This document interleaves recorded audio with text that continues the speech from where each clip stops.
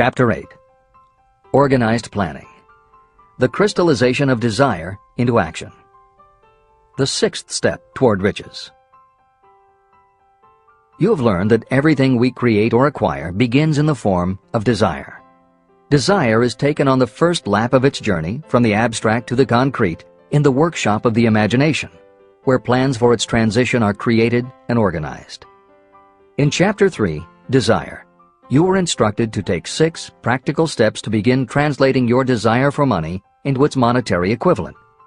One of the steps you must take is the formation of a definite practical plan or plans through which this transformation may be made. Following are the basic instructions for making practical plans. Ally yourself with a group of as many people as you may need for the creation and carrying out of your plan or plans for the accumulation of money, making use of the mastermind principle. Compliance with this instruction is absolutely essential. Do not neglect it. Editor's comment: the Mastermind Alliance is built of 2 or more minds working actively together in perfect harmony toward a common goal. This concept was introduced in Chapter 6, Specialized Knowledge, and is described in more detail in Chapter 11, The Power of the Mastermind. This is the end of the editor's comment. Before forming your Mastermind Alliance, decide what advantages and benefits you may offer the individual members of your group in return for their cooperation. No one will work indefinitely without some form of compensation. No intelligent person should request or expect another to work without adequate compensation, although this may not always be in the form of money. Arrange to meet with the members of your mastermind group at least twice a week, and more often if possible, until you have jointly perfected the necessary plan or plans for the accumulation of money. Maintain perfect harmony between yourself and every member of your mastermind group. If you fail to carry out this instruction to the letter, you may expect to meet with failure. The mastermind principle cannot work where perfect harmony does not prevail. Keep in mind these facts. You are engaged in an undertaking of major importance to you. To be sure of success, you must have plans that are faultless. You must have the advantage of the experience, education, native ability, and imagination of other minds. This is the way it has been done by every person who has accumulated a great fortune. No individual has sufficient experience, education, natural ability, and knowledge to ensure the accumulation of a great fortune without the cooperation of other people. Every plan you adopt for making money should be the joint creation of yourself and every other member of your mastermind group. You may originate your own plans, either in whole or in part, but see that those plans are checked and approved by the members of your mastermind alliance. If your first plan fails, try another. If the first plan that you adopt does not work successfully, replace it with a new plan. If this new plan fails to work, replace it with still another, and so on, until you find a plan that does work. Right here is the point at which the majority of people meet with failure, because of their lack of persistence in creating new plans to take the place of those that fail. The most intelligent person living cannot succeed in accumulating money, or in any other undertaking, without plans that are practical and workable. Just keep this fact in mind, and remember when your plans fail that temporary defeat is not permanent failure. It may only mean that your plans have not been sound. Build other plans. Start all over again. Temporary defeat should mean only one thing: the certain knowledge that there is something wrong with your plan. Millions of people go through life in misery and poverty because they lack a sound plan through which to accumulate a fortune. Your achievement can only be as good as the plans you make. You are never whipped until you quit in your own mind. James J. Hill, who was the greatest railroad builder of them all, met with temporary defeat when he first tried to raise the capital needed to build the Great Northern Railroad from the east to the west. But he turned defeat into victory through new plans. Henry Ford met with temporary defeat not only at the beginning of his automobile career, but even after he had gone a long way toward the top. But he, too, created new plans and went marching on to financial victory. We see people who have accumulated great fortunes, but we often recognize only their triumph, and we overlook the temporary defeats that they had to surmount before arriving. No follower of this philosophy can reasonably expect to accumulate a fortune without experiencing temporary defeat. When defeat comes, accept it as a signal that your plans are not sound. Rebuild those plans and set sail once more toward your goal.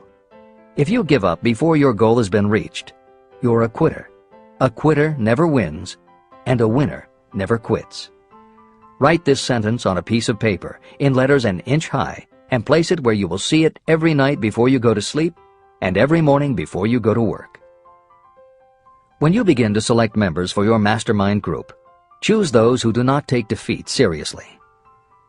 Some people foolishly believe that only money can make money. This is not true. Desire, transmuted into its monetary equivalent through the principles in this book, is the way money is made. Money, of itself, is nothing but inert matter. It cannot move, think, or talk, but it can hear when someone who desires it calls it to come. Intelligent planning is essential for success in any undertaking designed to accumulate riches. Following are detailed instructions to those who must begin the accumulation of riches by selling personal services. It should encourage you to know that practically all the great fortunes began either from selling personal services or from the sale of ideas. When you think about it, what else except ideas and personal services can you give in return for riches if you don't have products or property? Leaders and followers. Broadly speaking, there are two types of people in the world. One type is known as leaders and the other as followers. Decide at the outset whether you intend to become a leader in your chosen calling or remain a follower. The difference in compensation is vast. The follower cannot expect to make as much as a leader, although some followers make the mistake of thinking they should. It is no disgrace to be a follower. On the other hand, it is no credit to remain a follower. Most great leaders began as followers. They became great leaders because they were intelligent followers.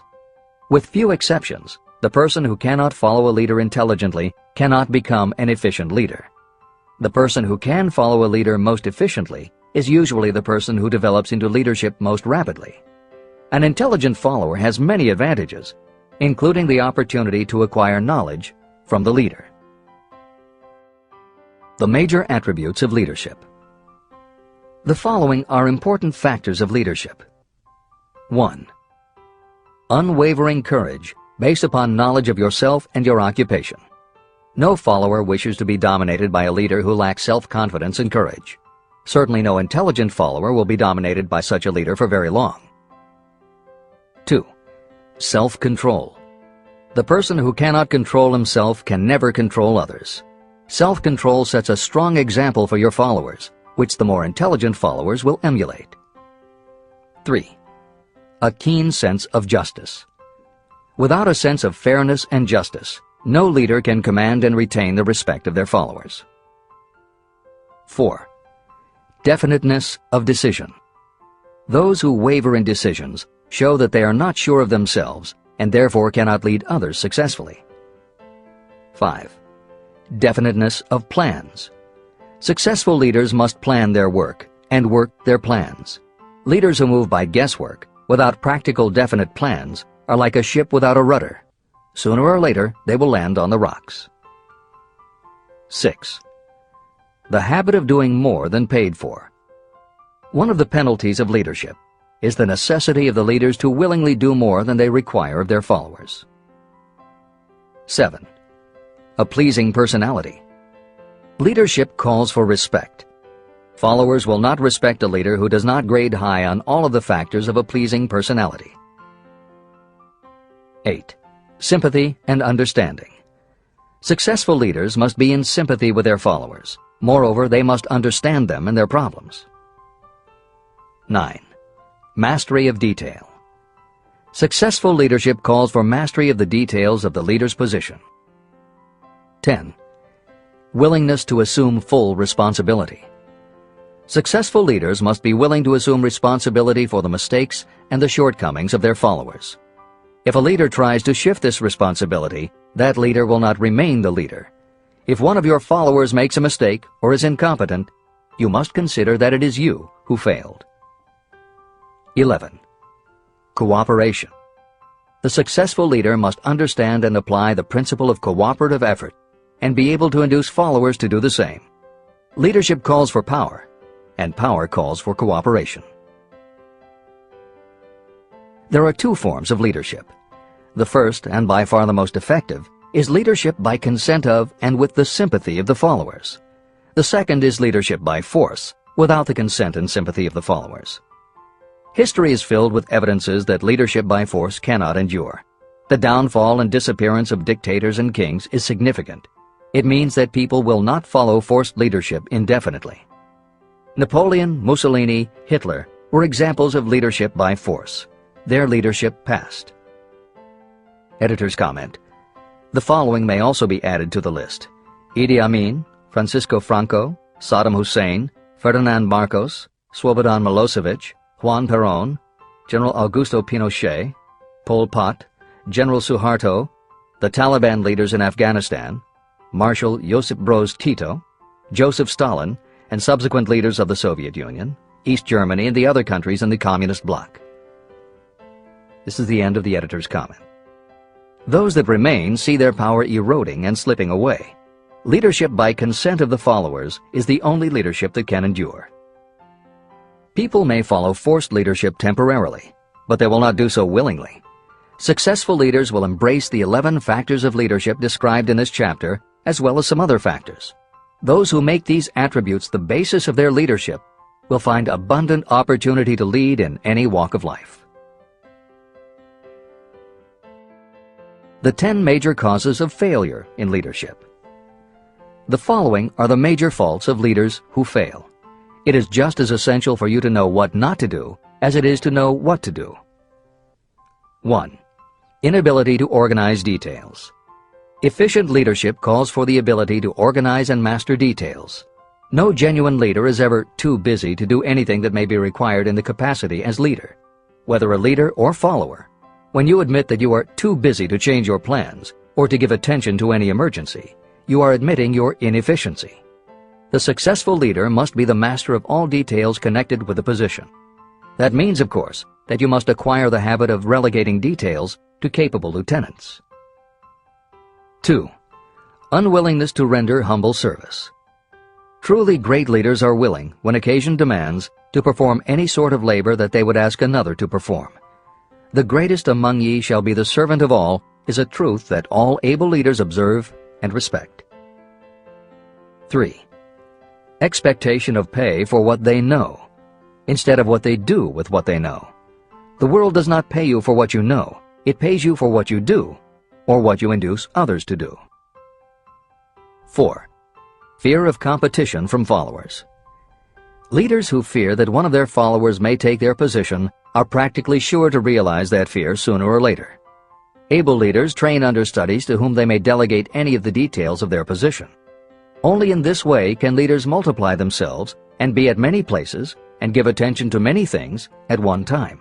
It is an eternal truth that leaders receive more pay for their ability to get others to perform than they could possibly earn by their own efforts. An efficient leader may, through knowledge of the job and a magnetic personality, greatly increase the efficiency of others and get them to render more service and better service than they could render without the leader's guidance. 5. Lack of imagination. Without imagination, the leader is incapable of meeting emergencies or of creating plans by which to guide followers efficiently. 6. Selfishness. Leaders who claim all the honor for the work of their followers are sure to be met by resentment. The really great leader claims none of the honors. Great leaders are content to see the honors, when there are any, go to their followers, because the great leaders know that most people will work harder for commendation and recognition than they will for money alone. 7. Intemperance. Followers do not respect an intemperate leader. Moreover, intemperance in any form destroys the endurance and the vitality of those who indulge in it. 8. Disloyalty. Perhaps this should have come at the head of the list. Leaders who are not loyal to their duty, and to those both above and below them, cannot maintain their leadership for long. Disloyalty marks you as being less than the dust of the earth, and it will bring the contempt it deserves. Lack of loyalty is one of the major causes of failure in every walk of life. 9. Emphasis of the authority of leadership. The efficient leader leads by encouraging, and not by trying to instill fear in the hearts of those who follow.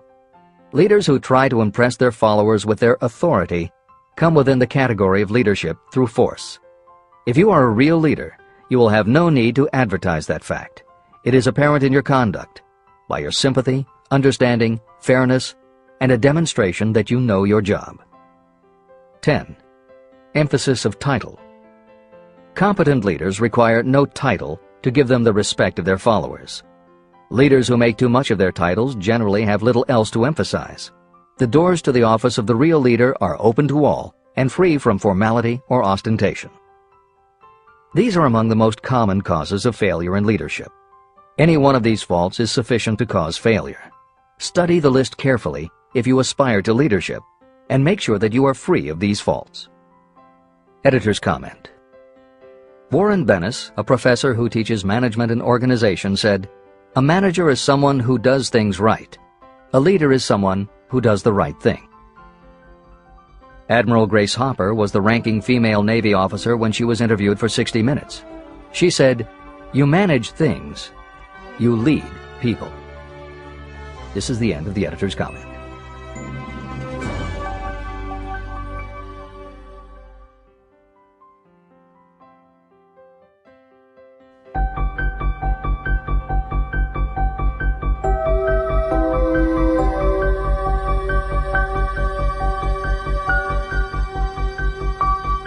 When and how to apply for a position.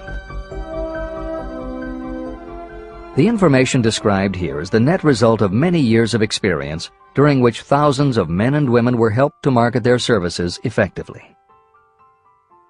Editor's comment. The Internet, email, and faxed resumes have radically changed the way employers search for new employees and the way that most people apply for jobs. However, Think and Grow Rich was never intended for most people. It was written for those who want to stand out. If you are such a person, the editors of this revised and updated edition strongly advise that you give serious thought to each of the following suggestions about how to apply for a position and how to prepare a resume. If you are tempted to think the suggestions are too obvious, simplistic, or out of date, we assure you they are not. In those instances where it is appropriate to update the material, we have added commentary. This is the end of the editor's comment. 1. Employment agencies.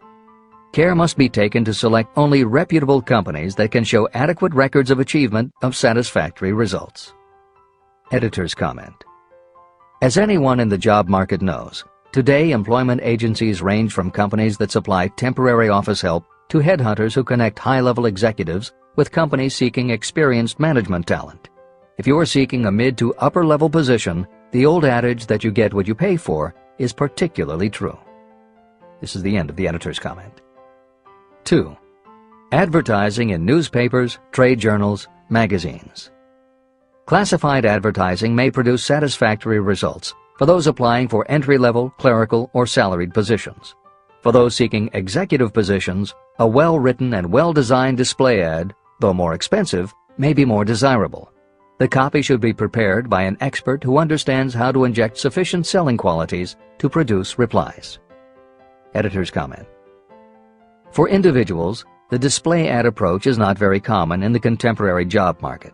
But for that reason, if you are sure of the position you want, a well-written and well-designed ad selling yourself and placed in the right trade paper or industry journal might be just the thing to get the attention you want. However, if you attempt this approach, be prepared that it will be an expensive experiment. In effect, you will have gone into the advertising business, and it is a rule of thumb in advertising that a single ad rarely sells anything. It usually requires multiple exposures before the buyer, the potential employer, is motivated to buy, hire, a product, you. This is the end of the editor's comment. 3. Personal letters of application. These should be directed to particular firms or individuals that could need the kind of service or experience you have to offer. Letters should be neatly typed always and signed by hand. You should include a complete resume or outline of your qualifications. Both the letter of application and the resume should be prepared by an expert. Editor's comment. In the contemporary job market, sending a letter of application when no job has been advertised can in fact be a very successful approach. But this is only for those who truly know what they want and will take the time to prepare a convincing presentation. Managers in a position to hire always have an eye out for good prospective employees. If they receive a well-constructed and intriguing presentation that clearly states you are interested in a position whenever one is available, it will not be thrown away. And the first thing good managers do when a position comes open is go to their files. When that happens, if your presentation made a good and convincing impression, it will be there. The only question is, are you willing to make yourself available when they are ready for you? If you are just blanketing everyone with a stock letter in hopes of getting a job, it very likely won't work. This approach is not for someone looking for a job. This approach is only for those who really want a specific career. This is the end of the editor's comment. 4. Application in person. In some instances, it may be more effective if the applicant personally offers his or her services to prospective employers, in which event a complete written statement of qualifications for the position should be presented, as prospective employers will often wish to discuss your record with associates. Editor's comment. Asking for an interview when no job has been advertised is an even stronger statement that you know what you want and you are serious about working in a particular industry. If you pursue this approach, keep in mind that you are asking someone to give you their time. Some managers will not be receptive because it does not fit into their company's business practice, and some managers will just find it an annoyance. This approach will work for you only if you are confident that you can make an outstanding impression in person. If you make a strong, positive impression, it will be remembered when an opening is available. This is the end of the editor's comment. 5. Application through personal acquaintances. When possible, the applicant should approach prospective employers through some mutual acquaintance. This method is particularly advantageous in the case of those who seek executive connections and do not wish to appear to be peddling themselves. Information to be supplied in a written resume. A good resume should be prepared as carefully as a lawyer would prepare the brief for a case to be tried in court. Unless the applicant is experienced in the preparation of such briefs, an expert should be consulted for this purpose. When successful businesses want to advertise, they hire specialists who understand the psychology of advertising to sell their products. If you are selling your personal services, you should do the same. Editor's comment. The job market in America has never been as bad as it was when Napoleon Hill wrote the preceding paragraph. Because of the Great Depression, many adults had never had any kind of steady job, let alone sought a career position, and there were few places to learn how to do it. Since that time, many excellent books have been published on the subject, and companies that offer professional help in preparing resumes have become very common. However, neither books nor copywriters are magic. It all begins with what you have to offer. The editors of this edition suggest that you start to assemble your presentation using the guidelines that appear below. Once you have a first draft, you should review at least one of the books on the subject to see what suggestions are offered that might help you sell yourself better than you have already done. Then, depending how satisfied you are, you might also want to seek advice from a professional who specializes in such presentations. We offer 2 notes of caution. First, make sure that your presentation does not look like something turned out by a resume mill. Having received many resumes over the years, the editors warn you that some professionals use the same stock phrases, buzzwords, and formats for every client, and this can be a dead giveaway that someone else prepared your resume, or that you have simply copied from a book. Your intention should be to make yours stand out. The second word of caution is, don't go overboard in trying to stand out. There is a balance between catching an employer's attention and looking like you are trying too hard. For instance, if you are a New York marketing executive applying to a Los Angeles company, sending your application with a bag of fresh bagels by next morning FedEx would probably make a good impression, whereas sending a dartboard with your picture in the center might be viewed as just a little too cute and a little too much. Clever is good, but professional is a must. Never be so clever that you don't look professional. Following are a set of guidelines for preparing your resume. Because part of your search for a position will involve responding to ads for job openings, and because it has become common to respond by faxing applications and resumes, Napoleon Hill's guidelines should be used to prepare 2 separate presentations. As Hill suggests below, you should prepare an elaborate presentation to be used when mailed or presented in person. But you should also prepare a second, shorter version that is designed specifically to be faxed. Take care to make your fax version complete and interesting, but it should be no more than 3 pages. The following information should appear in your presentation. 1. Education. State briefly but definitely what schooling you've had and in what subjects you specialized in school, giving the reasons for that specialization. Editor's comments. Never exaggerate. This is very serious advice, and it applies not only to education, but also the next 2 categories, experience and references. Smart employers will check in all 3 areas. Labor laws have become so demanding that employers filling responsible positions are very cautious about whom they hire in the first place. There are rules about such things as the difference between salaried and hourly employment, sexual harassment, what constitutes grounds for dismissal, what questions can and cannot be asked in job interviews, and a host of other things that leave the employer open to potential lawsuits. Consequently, smart employers, the kind you want to work for, will check your education, experience, and references. Also, bear in mind, you are providing information that will follow you for the rest of your career. If you keep up with the news, you know that in recent times even executives headed for the top have been dismissed. Military men have resigned in disgrace. Politicians have been removed from office, and professors have been forced to resign, all because someone looked into their background and found that they had exaggerated their qualifications. This is the end of the editor's comments. 2. Experience. If you have had experience in connection with positions similar to the one you seek, describe it fully. Give the names and addresses of former employers. Be sure to clearly point out any special experience you may have had that would equip you to fill the position you seek. 3. References. Practically every business firm wants to know as much as possible about the background of prospective employees who seek positions of responsibility. Attach copies of letters from former employers, from teachers under whom you studied, and from prominent people whose judgment may be relied upon. 4. Photograph of yourself. Include a recent professional photograph of yourself as a part of your presentation. Editor's comment. In the contemporary job market, this is not a common practice at all. However, from personal experience, the editors of this edition know it can be advantageous. We have received only one such job application, but unquestionably it was the photograph that prompted us to ask the applicant to come in for an interview. If you are confident that your appearance makes a good, professional impression, you may want to consider this unusual approach. There is the danger that you may be seen as vain or self-centered, but it could also be the thing that gives you an edge. This is the end of the editor's comment. 5. Apply for a specific position. Never apply for just a job. That indicates you lack specialized qualifications. 6. State your qualifications for the particular position for which you apply. Give full details why you believe you are qualified for the particular position you seek. This is the most important detail of your application.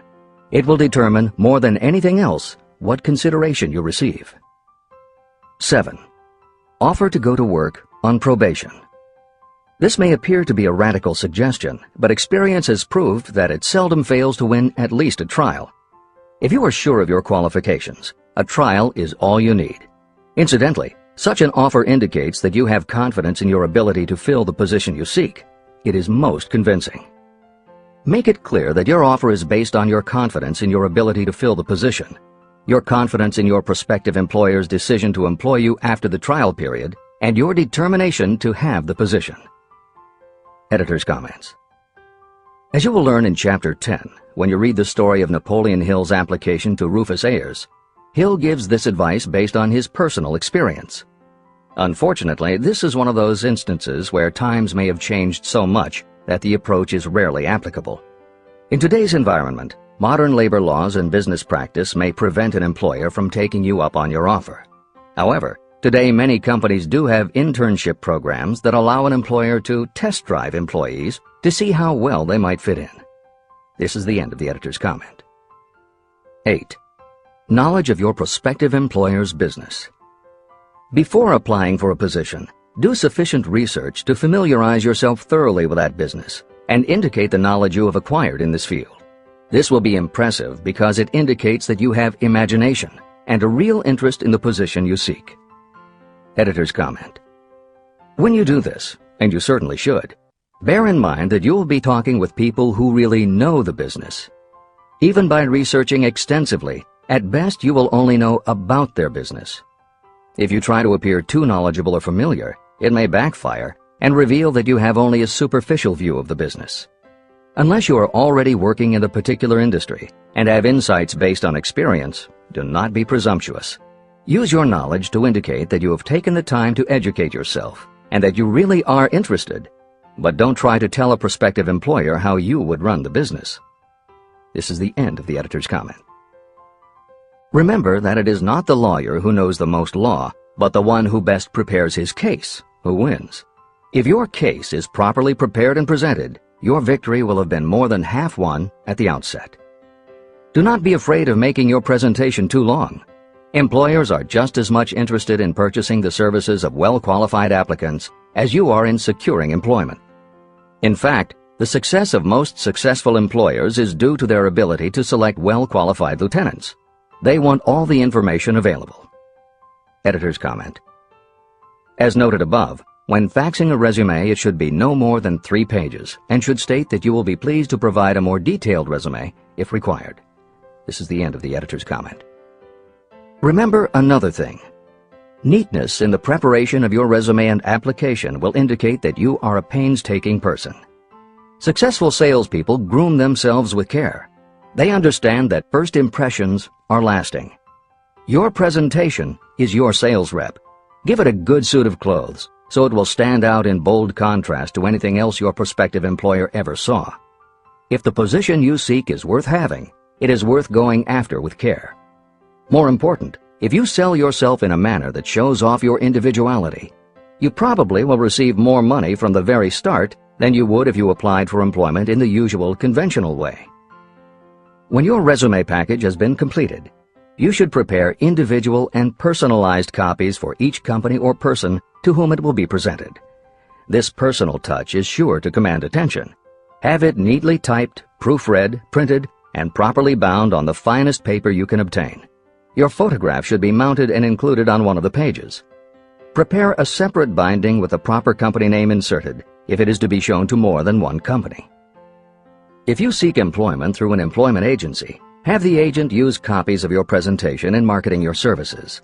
This will help to gain preference for you, both with the agent and the prospective employers. I've helped to prepare presentations for clients that were so striking and out of the ordinary that they resulted in the employment of the applicant without a personal interview. If you want similar results, follow the instructions to the letter, improving upon them however your imagination suggests. Editor's comments.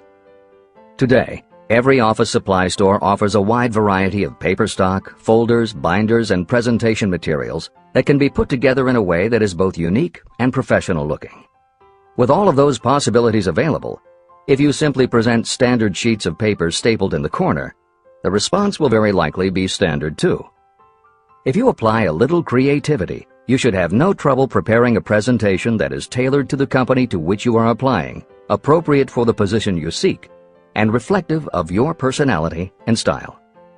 This is the end of the editor's comments. How to get the exact position you desire. Everyone enjoys doing the kind of work for which he or she is best suited. An artist loves to work with paints, a craftsman with his or her hands, a writer loves to write. Those with less definite talents have their preferences for certain fields of business and industry. If America does anything well, it offers a full range of occupations. 1. Decide exactly what kind of a job you want. If the job doesn't already exist, perhaps you can create it. 2. Choose the company or individual for whom you wish to work. 3. Study your prospective employer as to policies, personnel, and chances for advancement. 4. By analysis of yourself, your talents, and your capabilities, figure what you can offer. Plan specific ways and means of giving advantages, services, developments, or ideas that you believe you can successfully deliver. 5. Forget about a job. Forget whether or not there is an opening. Forget the usual routine of, have you got a job for me? Concentrate on what you can give. 6. Once you have your plan in mind, put it on paper in neat form and in full detail. 7. Present it to the proper person with authority, and the rest will come automatically. Every company is looking for people who can give something of value, whether it is ideas, services, or connections. Every company has room for the person who has a definite plan of action that is to the advantage of that company. This procedure may take a few days or weeks of extra time, but the difference in income, in advancement, and in gaining recognition will save years of hard work at small pay. It has many advantages, the main one being that it will often save you from 1 to 5 years of your time in reaching a chosen goal. Every person who starts or gets in halfway up the ladder does so by deliberate and careful planning. The new way of marketing services. Men and women who market their services must recognize the change that has taken place in connection with the relationship between employer and employee. The future relationship should be more in the nature of a partnership, consisting of the employer, the employee, and the public they serve. In the past, employers and employees have bartered among themselves, not considering that in reality they were bargaining at the expense of the third party, the public they served. Both the employer and the employee should consider themselves as fellow employees whose business it will be to serve the public efficiently. Editor's comment. In the preceding paragraph, Napoleon Hill once again demonstrates his foresight into the future direction of American business. As you will recognize in the following section, the point he makes by citing the coal and gas companies would at a later time be equally applicable to the telephone monopolies, and later still to computer software and internet companies, and to cable television suppliers when competitors started to offer satellite TV. This snapshot of how and why business has changed should provide you with a blueprint for the attitude you must adopt and the way you must conduct yourself if you are going to attain the success you're seeking. This is the end of the editor's comment. During the Depression, I spent several months in the anthracite coal region of Pennsylvania, studying conditions that all but destroyed the coal industry. The coal operators and the unions drove hard bargains in negotiating their labor contracts. The cost of the bargaining was passed on to the customer by adding to the price of the coal. However, in the end, they discovered their actions had worked against them. What their delays and high prices had actually accomplished was to open the market to their competitors. Inadvertently, they had built up a wonderful business for the manufacturers of oil-burning stoves and furnaces, as well as for the producers of oil. A similar experience happened to the gas companies. We can all remember the time when the gas meter reader pounded on the door hard enough to break the panels. When the door was opened, he pushed his way in uninvited with a scowl on his face that plainly said, "What the hell did you keep me waiting for?" All that has undergone a change. The meter man now conducts himself as a gentleman who is delighted to be at your service, sir. Before the gas companies learned that their scowling metermen were offending customers, their competitors, the polite salesmen of oil burners, came along and did a land office business. These illustrations are mentioned here to show that we are where we are and what we are because of our own conduct. If there is a principle of cause and effect that controls business, finance, and transportation, this same principle controls individuals and determines their economic status. Courtesy and service are the watchwords of merchandising today, and they apply to the person who is marketing personal services even more directly than to the employer. In the final analysis, you are employed by the customer. If you fail to serve well, both you and your employer will pay for it by the loss of the privilege of serving. What is your QQS rating? In the preceding, the causes of success in marketing services effectively and permanently have been clearly described. Unless those causes are studied, analyzed, understood, and applied, no one can market services effectively and permanently. Every man or woman must be their own sales force of their personal services. The quality and the quantity of service rendered, and the spirit in which it is rendered, determine the price and the duration of employment. To market your personal services effectively, which means a permanent market at a satisfactory price under pleasant conditions, you must adopt and follow the QQS formula. QQS means that quality plus quantity plus the proper spirit of cooperation equals perfect salesmanship of service. Remember the QQS formula, but do more. Apply it as a habit. Analyze the formula to make sure you understand exactly what it means. Quality of service means the performance of every detail in connection with your position in the most efficient manner possible, with the object of greater efficiency always in mind. Quantity of service means the habit of rendering all the service of which you are capable at all times, with the purpose of increasing the amount of service rendered as you develop greater skill through practice and experience. Emphasis is again placed on the word habit. Spirit of service means the habit of agreeable, harmonious conduct, which will induce cooperation from associates and fellow employees. Adequate quality and adequate quantity of service is not sufficient to maintain a permanent market for your services. The spirit in which you deliver service is a strong determining factor in connection with both the price you receive and the duration of your employment. Andrew Carnegie stressed this point in his description of the factors that lead to success in the marketing of personal services. He emphasized again and again the necessity for harmonious conduct. He stressed the fact that he would not retain any man, no matter how great a quantity or how efficient the quality of his work, unless he worked in a spirit of harmony. Mr. Carnegie insisted upon his people working with each other in an agreeable manner. To prove that he placed a high value on this quality, he helped many who met his standards to become very wealthy. Those who did not conform had to make room for others who did. The importance of a pleasing personality has been stressed because it is so important in rendering service in the proper spirit. If you have a personality that pleases, and you render service in a spirit of harmony, these assets often make up for what you may lack in both the quality and the quantity of service you render. Nothing, however, can be successfully substituted for pleasing conduct. The capital value of your services. The person whose income is derived entirely from the sale of personal services is a merchant, just like the person who sells hard goods, and such a person is subject to exactly the same rules of conduct as the merchant who sells merchandise. I emphasize this because many people who live by the sale of personal services make the mistake of considering themselves free from the rules of conduct and the responsibilities attached to those who are engaged in marketing commodities. The day of the go-getter has been supplanted by the go-giver. The actual capitalized value of your brainpower may be determined by the amount of income you can produce by marketing your services. A fair estimate of the capital value of your brainpower may be made by using the following assumptions. Money, the amount of capital, can be borrowed from a bank at a certain rate of interest. Money is worth no more than brains, and it is often worth much less. Therefore, if your brainpower is as valuable as money, in effect, you should be lending your brainpower, your amount of capital, at least at the same rate that banks charge to lend money.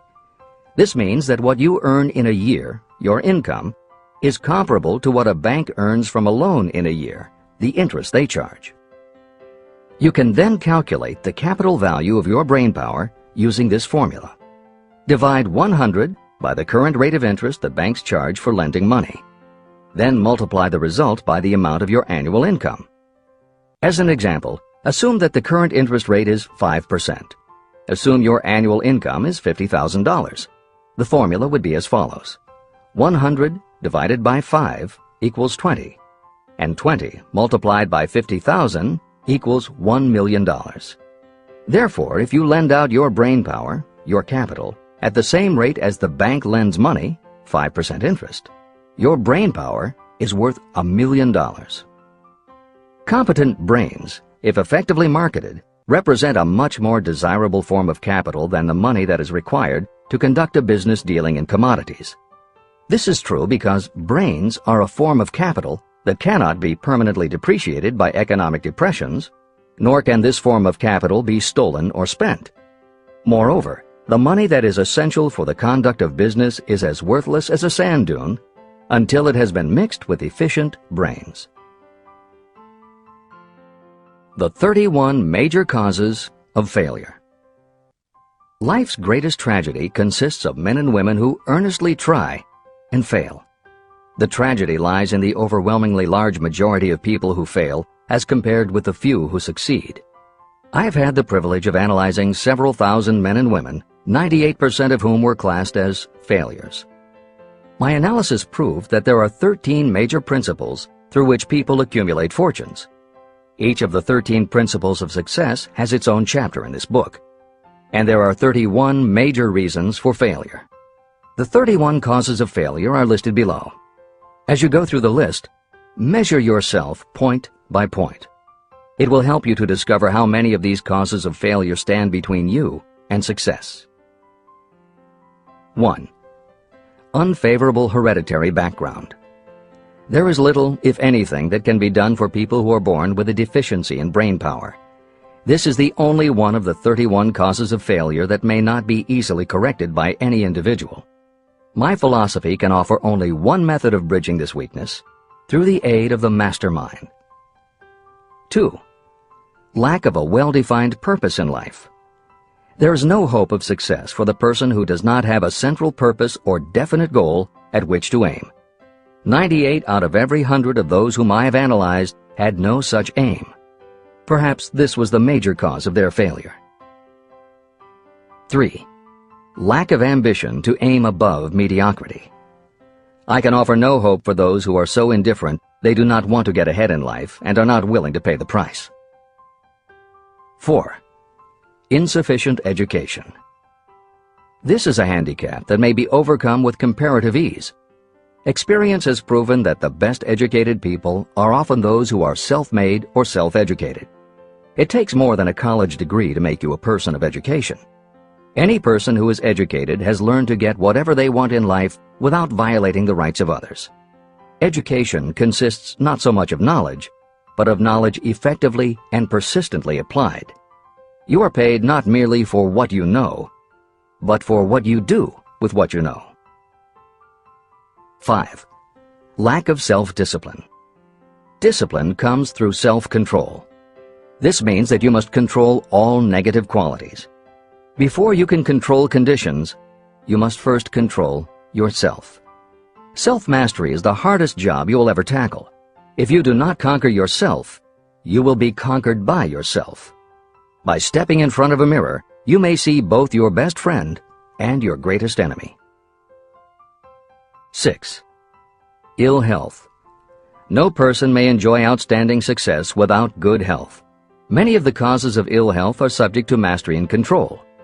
These, in the main, are overeating of foods not conducive to health, wrong habits of thought or negative thinking, wrong use of and overindulgence in sex, lack of proper physical exercise, an inadequate supply of fresh air due to improper breathing. 7. Unfavorable environmental influences during childhood. As the twig is bent, so shall the tree grow. Most people who have criminal tendencies acquire them as the result of bad environment and improper associates during their childhood or youth. Procrastination. This is one of the most common causes of failure.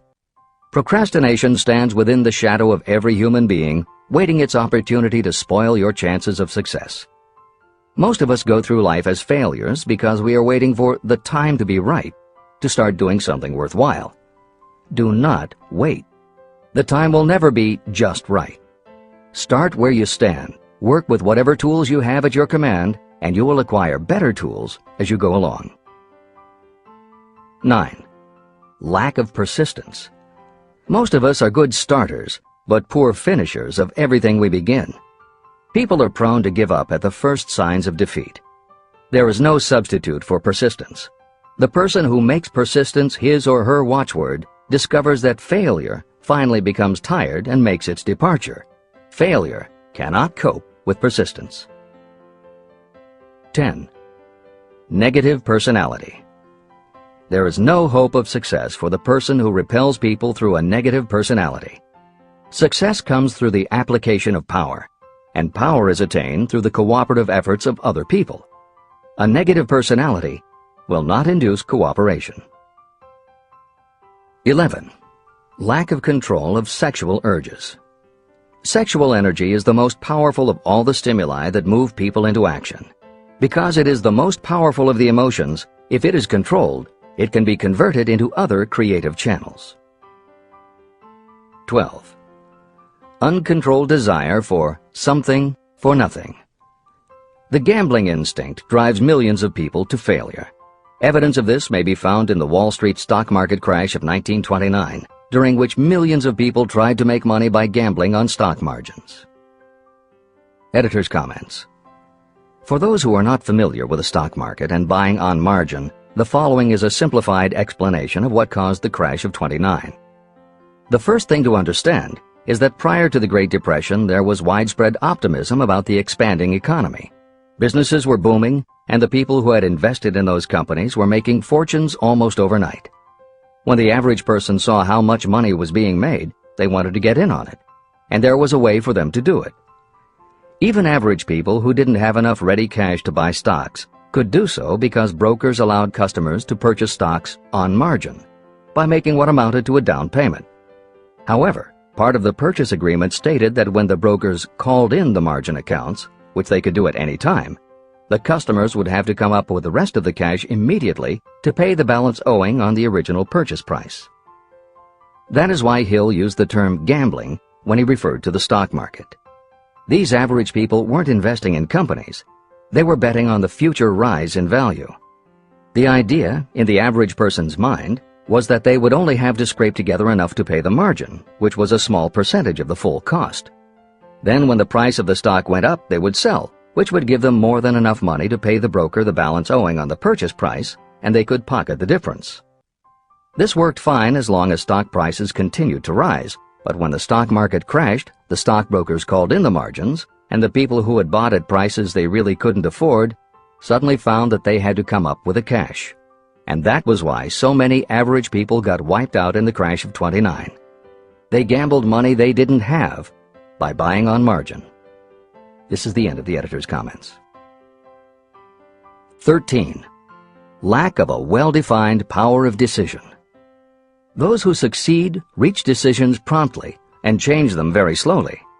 Those who fail reach decisions very slowly and change them frequently and quickly. Indecision and procrastination are twins. Where one is found, the other is also usually found. Kill off this pair before they completely tie you to the treadmill of failure. 14. One or more of the 6 basic fears. Fear of poverty, fear of criticism, fear of ill health, fear of loss of love, fear of old age, and fear of death. You will find an in-depth analysis of these 6 basic fears in the final chapter. They must be mastered before you can market your services effectively. 15. Wrong selection of a mate in marriage. This is a most common cause of failure. The relationship of marriage brings people intimately into contact. Unless this relationship is harmonious, failure is likely to follow. Moreover, it will be a form of failure that destroys ambition. 16. Overcaution. The person who takes no chances generally has to take whatever is left when others are through choosing. Overcaution is as bad as undercaution. Both are extremes to be guarded against. Life itself is filled with the element of chance. 17. Wrong selection of associates in business. This is one of the most common causes of failure in business. In marketing personal services, you should use great care to select an employer who will be an inspiration and who is intelligent and successful. We emulate those with whom we associate most closely. Pick an employer who is worth emulating. 18. Superstition and prejudice. Superstition is a form of fear. It is also a sign of ignorance. Successful people keep open minds and are afraid of nothing. 19. Wrong selection of a vocation. You cannot have outstanding success in work that you do not like. The most essential step in the marketing of personal services is that of selecting an occupation into which you can throw yourself wholeheartedly. Although money or circumstances may require you to do something you don't like for a time, no one can stop you from developing plans to make your goal in life a reality. Editor's comments. Most contemporary experts agree with Napoleon Hill's statement that finding the work you love is of key importance in achieving success that is truly rewarding. This concept coincides so well with modern attitudes that it has inspired a number of books, including Feel the Fear and Do It Anyway by Susan Jeffers, Wishcraft by Barbara Sher, and Do What You Love, The Money Will Follow by Marcia Sinitar. All three books became bestsellers by expanding upon that single concept. This is the end of the editor's comments. 20. Lack of concentration of effort. The jack of all trades seldom is good at any. Concentrate all of your efforts on one definite chief aim. 21. The habit of indiscriminate spending. You cannot succeed if you are eternally in fear of poverty. Form the habit of systematic saving by putting aside a definite percentage of your income. Money in the bank gives you a very safe foundation of courage when bargaining for the sale of personal services. Without money, you must take what you are offered and be glad to get it. 22. Lack of enthusiasm. Without enthusiasm, you cannot be convincing. Moreover, enthusiasm is contagious, and the person who has it under control is generally welcome in any group of people. 23. Intolerance. The person with a closed mind on any subject seldom gets ahead. Intolerance means that you have stopped acquiring knowledge. The most damaging forms of intolerance are those connected with religious, racial, and political differences of opinion. 24. Intemperance. The most damaging forms of intemperance are connected with overeating, alcohol, drugs, and sexual activities. Overindulgence in any of these can be fatal to success. 25. Inability to cooperate with others. More people lose their positions and their big opportunities in life because of this fault than for all other reasons combined. It is a fault that no well-informed business person or leader will tolerate. 26. Possession of power that was not acquired through self-effort. Sons and daughters of wealthy parents and others who inherit money that they did not earn. Power in the hands of one who did not acquire it gradually is often fatal to success. Quick riches are more dangerous than poverty. 27. Intentional dishonesty. There is no substitute for honesty. You may be temporarily dishonest because of circumstances over which you have no control without permanent damage, but there is no hope for you if you are dishonest by choice. Sooner or later, your deeds will catch up with you, and you will pay by loss of reputation and perhaps even loss of liberty. 28. Egotism and vanity. These qualities serve as red lights that warn others to keep away. They are fatal to success. 29. Guessing instead of thinking. Most people are too indifferent or lazy to acquire facts with which to think accurately. They prefer to act on opinions created by guesswork or snap judgments. 30. Lack of capital. This is a common cause of failure among those who start out in business for the first time. You must have a sufficient reserve of capital to absorb the shock of your mistakes and to carry you over until you have established a reputation. 31. Here, name any particular cause of failure from which you have suffered that has not been included in the foregoing list. Contained in these 31 major causes of failure is the description of practically every person who tries and fails. It will be helpful if you get someone who knows you well to go over this list with you and help you to analyze yourself by each of these causes of failure.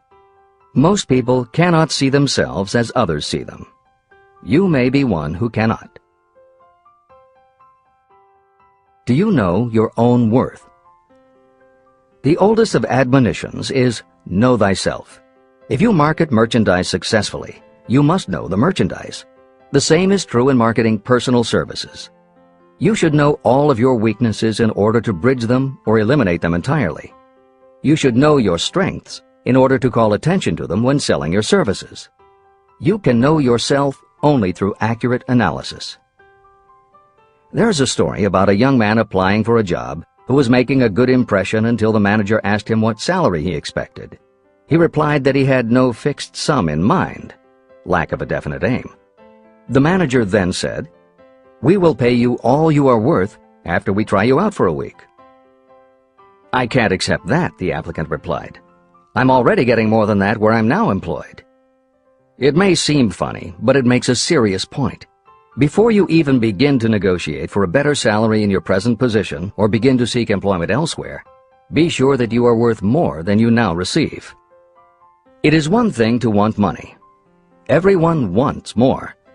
But it is something entirely different to be worth more. Many people mistake their wants for their just dues. Your financial wants have nothing whatever to do with your worth. Your value is established entirely by your ability to render useful service or your capacity to induce others to render such service. Take inventory of yourself. Annual self-analysis is essential in the effective marketing of personal services, just like you would take an annual inventory if you were in merchandising. Moreover, your yearly analysis should show a decrease in your faults and an increase in your virtues. You go ahead, stand still, or go backward in life. Your objective should be to go ahead. Annual self-analysis will disclose whether advancement has been made and, if so, how much. It will also disclose any backward steps you may have taken. The effective marketing of personal services requires you to move forward, even if the progress is slow. Your annual self-analysis should be made at the end of each year, so you can include in your New Year's resolutions any improvements that the analysis indicates should be made. Take this inventory by asking yourself the following questions, and by checking your answers with the aid of someone who will not permit you to deceive yourself. Self-analysis questionnaire. 1. Have I attained the goal that I established as my objective for this year? You should work with a definite yearly objective to be attained as a part of your major life objective. 2. Have I delivered service of the best possible quality of which I was capable, or could I have improved any part of this service? 3. Have I delivered service in the greatest possible quantity of which I was capable? 4. Has the spirit of my conduct been harmonious and cooperative at all times? 5. Have I permitted the habit of procrastination to decrease my efficiency, and if so, to what extent? 6. Have I improved my personality, and if so, in what ways? 7. Have I been persistent in following my plans through to completion? 8. Have I reached decisions promptly and definitely on all occasions? 9. Have I permitted any of the 6 basic fears to decrease my efficiency? 10. Have I been either overcautious or undercautious? 11. Has my relationship with my associates in work been pleasant or unpleasant? If it has been unpleasant, has the fault been partly or wholly mine? 12. Have I dissipated any of my energy through lack of concentration of effort? 13. Have I been open-minded and tolerant in connection with all subjects? 14. In what ways have I improved my ability to render service? 15. Have I been intemperate in any of my personal habits? 16. Have I expressed, either openly or secretly, any form of egotism? 17. Has my conduct toward my associates been such that they respect me? 18. Have my opinions and decisions been based upon guesswork or accuracy of analysis and thought? 19. Have I followed the habit of budgeting my time, my expenses, and my income, and have I been conservative in these budgets? 20. How much time have I devoted to unprofitable effort which I might have used to better advantage? 21. How may I rebudget my time and change my habits so I will be more efficient during the coming year? 22. Have I been guilty of any conduct that was not approved by my own conscience? 23. In what ways have I rendered more service and better service than I was paid to render? 24. Have I been unfair to anyone, and if so, in what way? 25.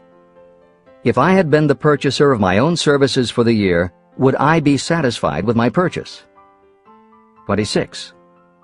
Am I in the right vocation? And if not, why not? 27. Has the purchaser of my services been satisfied with the service I have rendered? And if not, why not? 28. What is my present rating on the fundamental principles of success? Make this rating fairly and frankly, and have it checked by someone who is courageous enough to do it accurately. After you have finished reading through to the end of this book at least once, and you are sure you have assimilated the information in this chapter, you will be ready to create a practical plan for marketing your personal services. In this chapter, you should have found adequate descriptions of every principle essential in planning the sale of personal services. These include the major attributes of leadership, the most common causes of failure in leadership, a description of the fields of opportunity for leadership, the main causes of failure in all walks of life, and the important questions that should be used in self-analysis. This extensive and detailed presentation has been included because it will be needed by you if you are going to earn your riches by marketing your personal services. Those who have lost their fortunes and those who are just beginning to earn money have nothing but personal services to offer in return for riches. Therefore, it is essential that you have real, practical information that you'll need to market your services to best advantage. Complete assimilation and understanding of the information will help you to market your services, and it will help you to become more analytical and capable of judging people. The information will be priceless to you if you work in an executive position where you select employees. Where and how to find opportunities to accumulate riches. Now that we have analyzed the principles by which riches may be accumulated, you naturally ask, where can I find the opportunities to apply these principles? Very well. Let us take inventory and see what the United States of America offers the person seeking riches. To begin with, remember that we live in a country where every law-abiding citizen enjoys freedom of thought and freedom of deed unequaled anywhere in the world.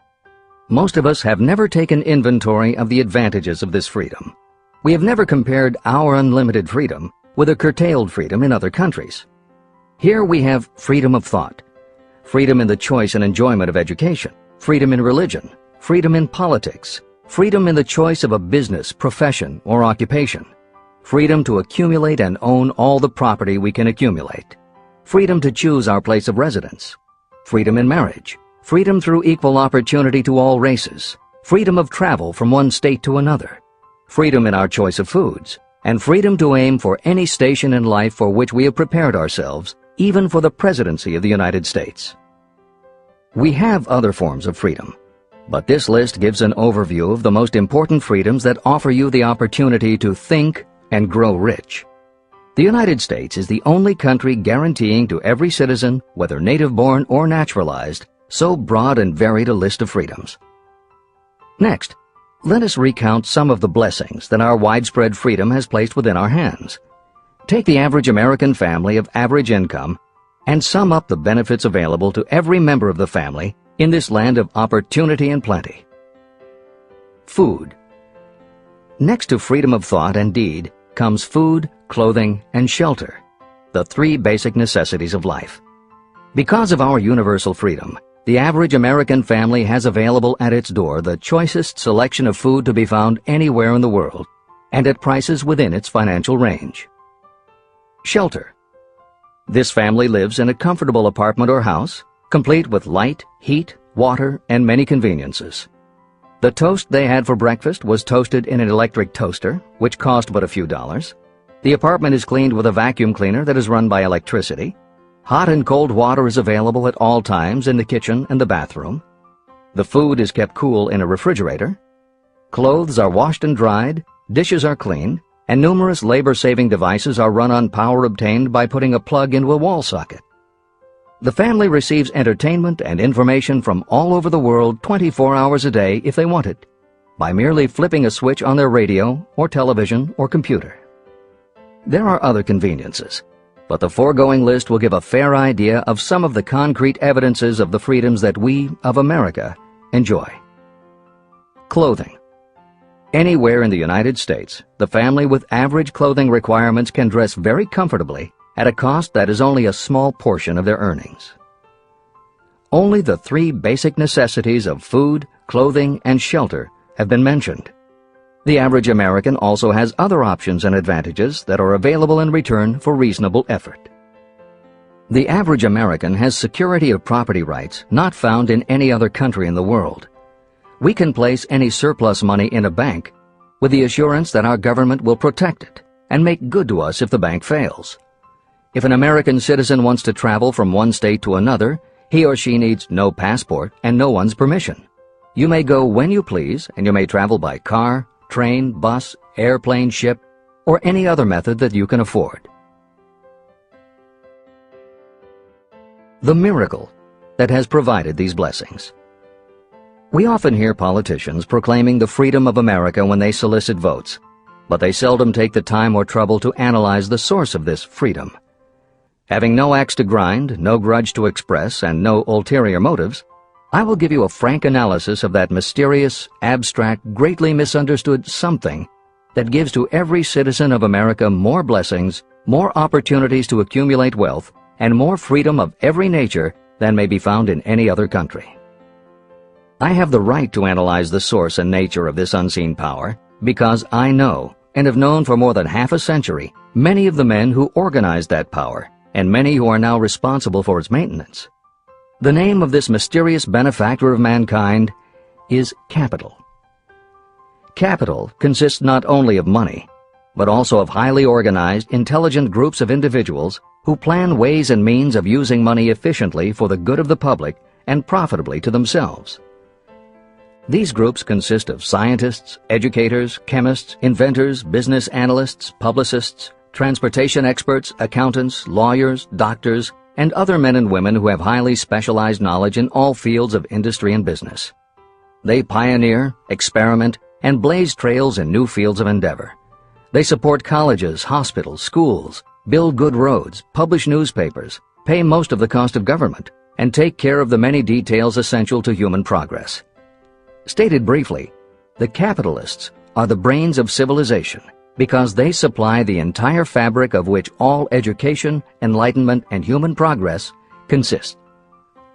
Money without brains is always dangerous. Properly used, it is the most important essential of civilization. To give you an idea of how important organized capital is, try to imagine that it is your job to provide and prepare a simple family breakfast, but you have to do it without the aid of capital. To supply the tea, you would have to make a trip to China or India. Unless you are an excellent swimmer, you would become rather tired before making the round trip. Then, too, another problem would confront you. What would you use for money, even if you had the physical endurance to swim the ocean? To supply sugar, you would have to take another swim to the Caribbean islands, or a long walk to the sugar beet section of Utah. But even then you might come back without the sugar, because organized effort and money are necessary to produce sugar, to say nothing of what is required to refine, transport, and deliver it to the breakfast table anywhere in the United States. Eggs you could obtain easily enough from nearby farms, but you might have a very long walk to Florida or California and back before you could serve grapefruit juice. You would have another long walk to Kansas or one of the other wheat-growing states when you went after wheat bread. Dry cereal would have to be omitted from the menu because it would not be available except through the labor of a trained group of workers and suitable machinery, all of which call for capital. After resting, you could take off for another little swim down to South America, where you would pick up a couple of bananas. On your return, you could take a short walk to the nearest farm having a dairy and pick up some butter and cream. Then your family would be ready to sit down and enjoy breakfast. Seems absurd, doesn't it? Well, the procedure described would be the only possible way these simple items of food could be delivered if we had no capitalistic system. The capital cornerstone of our lives. The sum of money required for the building and maintenance of the planes, trucks, trains, and cargo ships used in the delivery of that simple breakfast is so huge that it staggers imagination. It runs into billions of dollars. Not to mention the armies of trained employees required to run all those planes, trucks, ships, and trains. But transportation is only a part of the requirements of modern civilization in capitalistic America. Before there can be anything to haul, something must be grown from the ground or manufactured and prepared for market. This calls for more billions of dollars for equipment, machinery, packaging, marketing, and to pay the wages of millions of men and women. Transportation systems do not spring up from the earth and function automatically. They come in response to the call of civilization. They come through the labor and ingenuity and organizing ability of people who have imagination, faith, enthusiasm, decision, and persistence. These men and women are known as capitalists.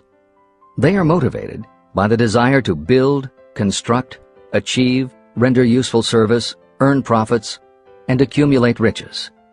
And because they render service without which there would be no civilization, they earn for themselves great riches.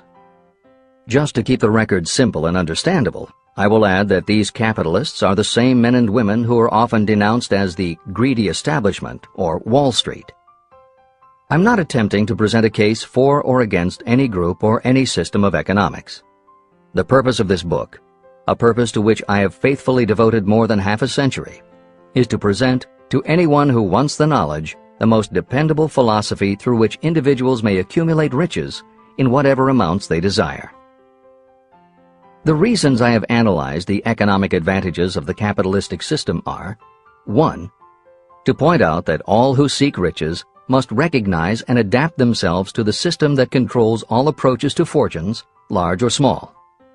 2. To present the side of the picture opposite to the one portrayed by politicians and demagogues, and the media, who often refer to organized capital as if it were something poisonous. This is a capitalistic country. It was developed through the use of capital. We who claim the right to partake of the blessings of freedom and opportunity, we who seek to accumulate riches here, should know that neither riches nor opportunity would be available to us if organized capital had not provided these benefits. There is only one dependable method of accumulating and legally holding riches, and that is by rendering useful service. No system has ever been created by which anyone can legally acquire riches through mere force of numbers, or without giving in return an equivalent value of one form or another. Your opportunities in the midst of riches. America provides all the freedom and all the opportunity to accumulate riches that any honest person may require. When you go hunting for game, you select hunting grounds where game is plentiful. When you are seeking riches, the same rule naturally applies. If it is riches you are seeking, do not overlook the possibilities of a country whose citizens are so rich that women alone spend billions of dollars each year for cosmetics and other beauty products. Do not be in too big a hurry to get away from a country whose men willingly, even eagerly, hand over more billions of dollars annually for football, basketball, baseball, and all the related products that go with these and other sporting events. Only a few of the luxuries and non-essentials have been mentioned, but remember that the business of producing and marketing these few products gives regular employment to many millions of men and women, who receive for their services many millions of dollars monthly, and spend it freely for both the luxuries and the necessities. Especially, remember that behind all this exchange of merchandise and personal services is an abundance of opportunity to accumulate riches.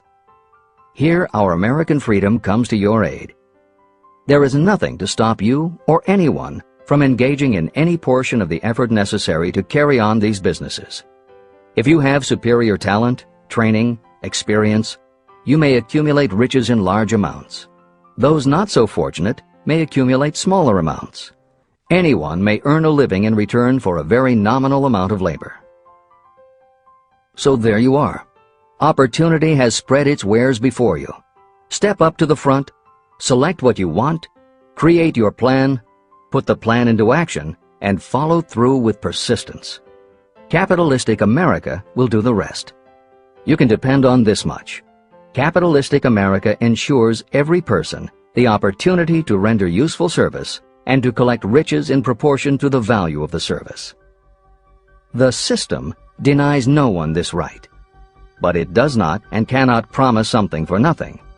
The system itself is irrevocably controlled by the law of economics, which neither recognizes nor tolerates for long getting without giving.